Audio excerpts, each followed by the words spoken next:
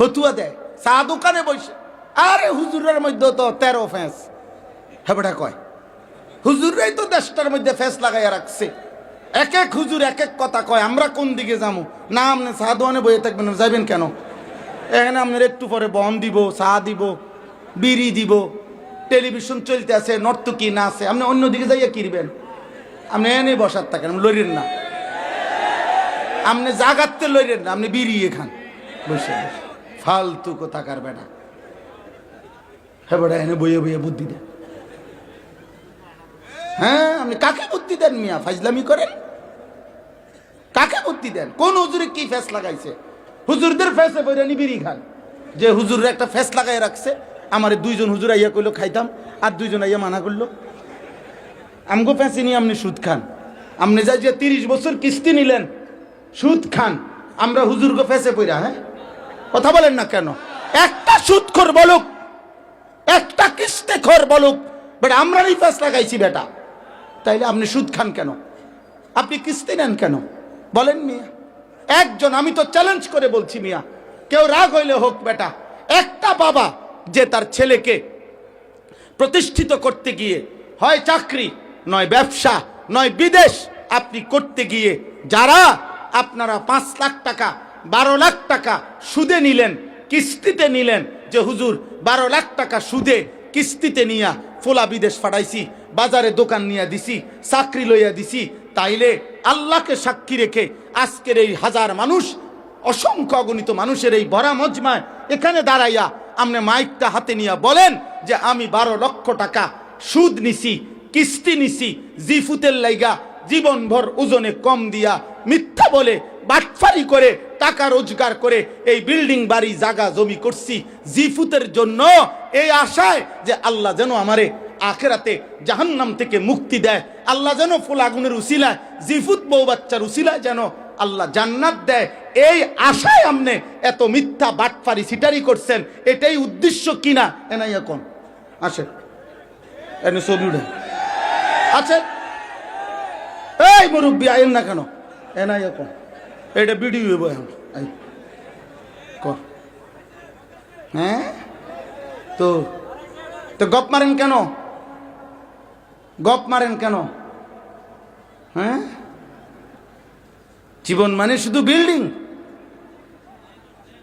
জিন্দিগি মানে বিল্ডিং, জিন্দিগি মানে 30 শতক জমি। কি বলতে চান?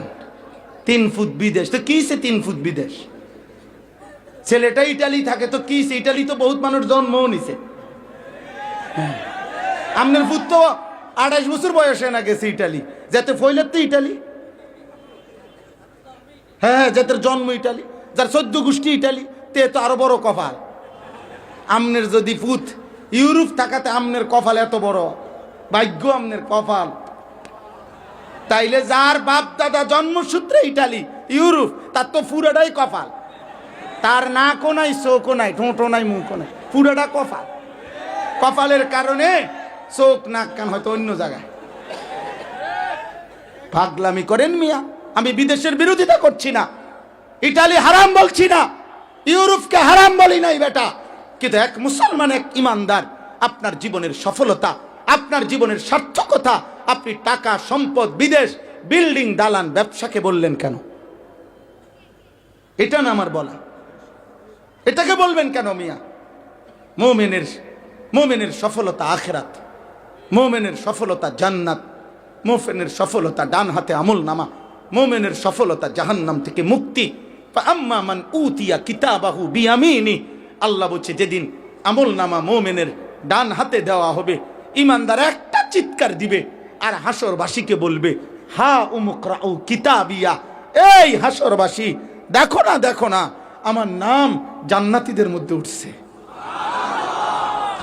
ইকরাউ কিতাবিয়া, আমার আমল নামা দেখো, দেখো আমার নাম কোথায় উঠছে। বাকি হাসরবাসীরা, বাকিরা সামনে যারা, তারা বলবে আরে দোস্ত রে, কিতারে তুই তো আমরার বাজারে ব্যবসা করতি, দোকানদারি করতি, এক লগে দে কতবার একই অটোতে গেলাম আইলাম, এই কাম বানাইলি কেমনে? আমল নামা ডান হাতে নেওয়ানোর মতন এক আমল করলি কোন সময়? হ্যাঁ দোস্ত ইন্নী জানান্তু আন্নী মুলাকিন হিসাবিয়া, আমি কলিজা দিয়া বিশ্বাস করতাম এই আখিরাত হবে, হাসরের মাঠ হবে। ফলে আমি ব্যবসাও করেছি, বাজারও করেছি, সংসারও করেছি, 5 ওয়াক্ত নামাজ জামাতও পড়েছি, আমি উপার্জনও করেছি। আবার খেয়াল রাখছি একটা টাকা যেন হারাম না হয়, সুদের না হয়, মিথ্যা না হয়, ধোঁকা না হয়, প্রতারণার না হয়। আপনাদের বিশ্বাস হয় ইমানদার হালাল উপার্জনকারী ব্যবসায়ী বাংলাদেশে নাই? কথা বলেন না কেন? নাই, অবশ্যই আছে। কয়জন দেখবেন মিয়া? আপনি দেখবেন কেমনে? হারাম করতে দেখবে ভালো মানুষ দেখবেন কেমনে? আপনি যে যেমন সে তো খুঁজেই পায় তেমন। আল জিনসু ইয়ামিলু ইলাল জিনস। অতএব দয়া করে আপনাদের কাছে এটা বললাম, আল্লাহ নবী সাল্লাল্লাহু আলাইহি সাল্লাম বলছে, উম্মত সিদ্ধান্ত নাও, সিদ্ধান্ত নাও, উত্তম মানুষকে সঙ্গী বানাও। তোমার দোকান হোক, তোমার ব্যবসা হোক, তোমার স্ত্রী হোক, তোমার বন্ধু হোক, তোমার চলার পথের সঙ্গী হোক।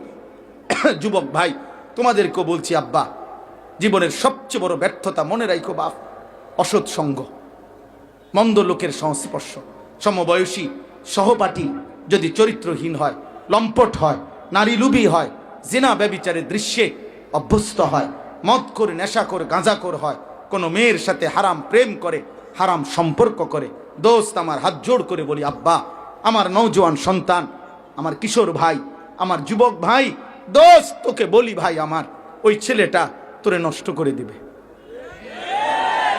8 ঘন্টা যার সাথে চললি, একবারও যার জবানে মালিকের নাম উচ্চারণ হইল না, 3টা থেকে রাত 11টা পর্যন্ত বন্ধু নামের যার সাথে চললি ফিরলি বাবা, এই 8 ঘন্টা, এই 8 ঘন্টার মধ্যে আসর, মাগরিব, এশা 3 ওয়াক্ত নামাজের আজান হইছে।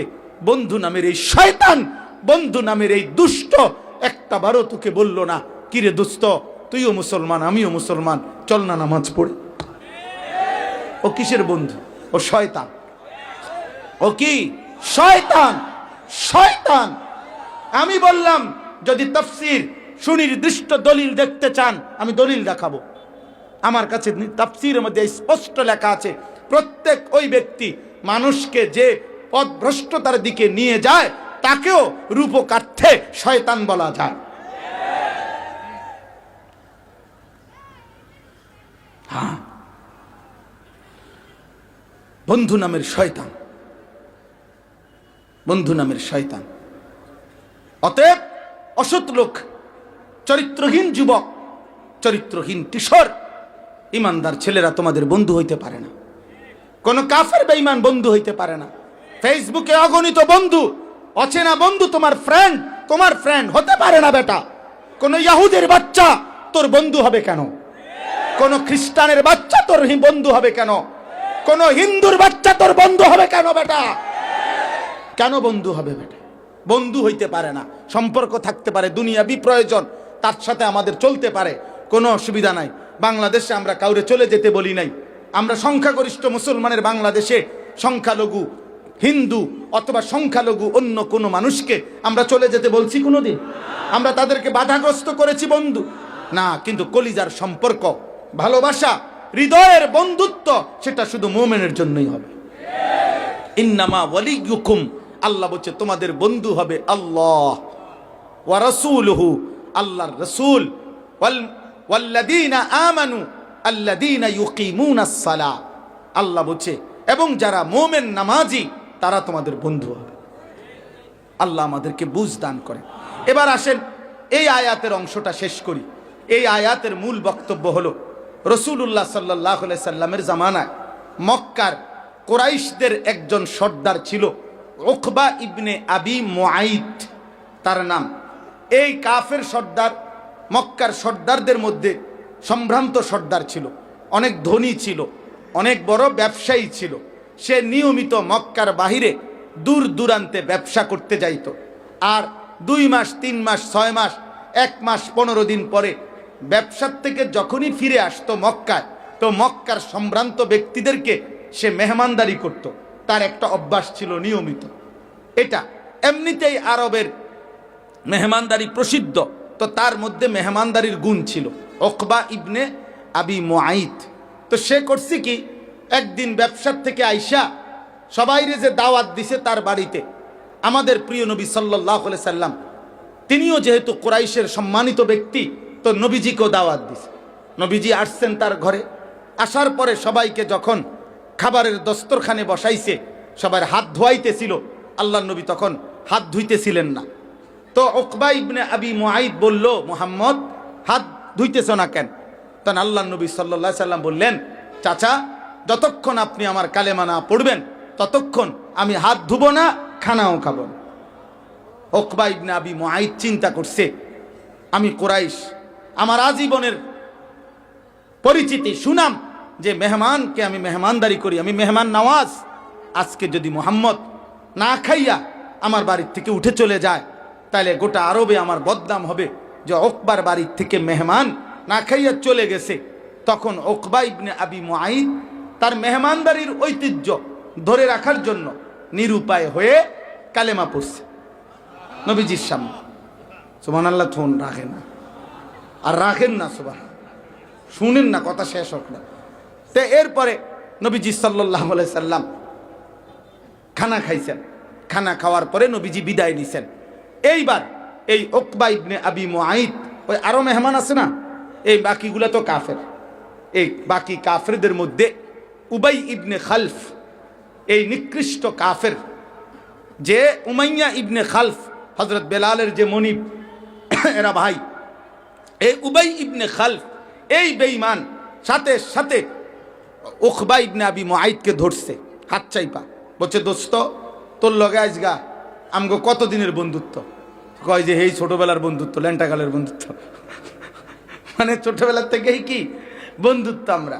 তখন উবাই ইবনে খালফ বলল, এটা কি করলি আজকে, কি করলি? লাকাদ সাবাতা, আজ তুমি আমাদের সবার সামনে এতদিনের বন্ধুত্ব ত্যাগ করে একসাথে আমরা চলি ফিরি, তুমি আজকে ধর্ম ত্যাগ করলা, বাপদাদার ধর্ম তুমি আমাদেরকে না বলে না কয়ে ত্যাগ করলা।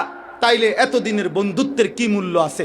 তোমার লগে আমাগো আজকে এতদিনের তোর বন্ধুত্ব, একসাথে আমরা মদ খাই, একসাথে জুয়া খেলি, একসাথে মানুষ কন্যাই, বুঝেন না? যাবতীয় সিটারি বাটফারি তো ওই মক্কায় আমরা একসাথে আজকে এতদিন ধরে করতেছি। এখন কথা নাই, বার্তা নাই, হঠাৎ করে মুহাম্মদের কালেমা গ্রহণ করলা। তখন উকবা ইবনে আবি মুআইদ বলছে, দোস্ত তোমাদের সাথেই আমার বন্ধুত্ব, কিন্তু তোমরা তো দেখছো সে তো খাবার খাচ্ছে না। এখন সে যদি খানা না খায় আমি কি করব? তখন খাবার না খাইলে আমার ঘর থেকে যদি মেহমান ফিরে যায় তাইলে তো গোটা আরবে বেইজ্জতি হবে। এই জন্য আমি নিরুপায় হয়ে মুহাম্মদের কালেমা পড়ছি। নাউযুবিল্লাহ। তখন এই উবাই ইবনে খালফ বললেন, তাহলে তুমি আমাকে বন্ধুত্ব স্বীকার করো? অবশ্যই বন্ধু, তোরাই তো আমার বন্ধুত্ব, মদে জুয়া সিটারি বাটফারি তো আমরা একসাথেই বন্ধু, আমরা হ্যাঁ বন্ধুই তো আমি তোদের, তোমরাই আমার বন্ধু। তাহলে যদি বন্ধুত্ব ঠিক রাখতে হয় এই মুহূর্তে তুমি মুহাম্মদ যেখানেই পাইবা, যে অবস্থায়, ওইখানে গিয়া তার কপাল বরাবর থুতু মেরে, নাউযুবিল্লাহ, তার কালেমা তারে ফেরত দিবা। এই বেঈমান, এই উকবা ইবনে আবি মুআইদ, বদনসিব, দুর্ভাগ্য, এই বদনসিব গিয়া দেখছে নবী সাল্লাল্লাহু আলাইহি সাল্লাম কাবা ঘরের সামনে, আল্লাহর ঘরের সামনে তখন সেজদা দিছে। নবীজি সেজদা অবস্থায় সে থুতু মারছে নবীজির কপালের দিকে, আর বলছে, মুহাম্মদ তোর কালেমা তোকে ফেরত দিলাম। আল্লাহ তাআলা বললেন, হায় বেঈমান, কামডা করলি কি? আহা, কি করলি? এই তখন আল্লাহ তাআলা বললেন যে, দেখো দুনিয়াবাসী, বন্ধু, অসৎ বন্ধু কি করল? সে তো কালেমা পড়েই ফেলছিল, ইচ্ছায় হোক অনিচ্ছায় হোক, কালেমা তো পড়েই এলাইছিল। কিন্তু বন্ধু নামের শয়তান, বন্ধু নামের অসৎ লোকটা তাকে আজ কি করে দিল? বরবাদ করে দিল, বরবাদ করে দিল। সেদিন আখিরাতে কি হবে তাদের?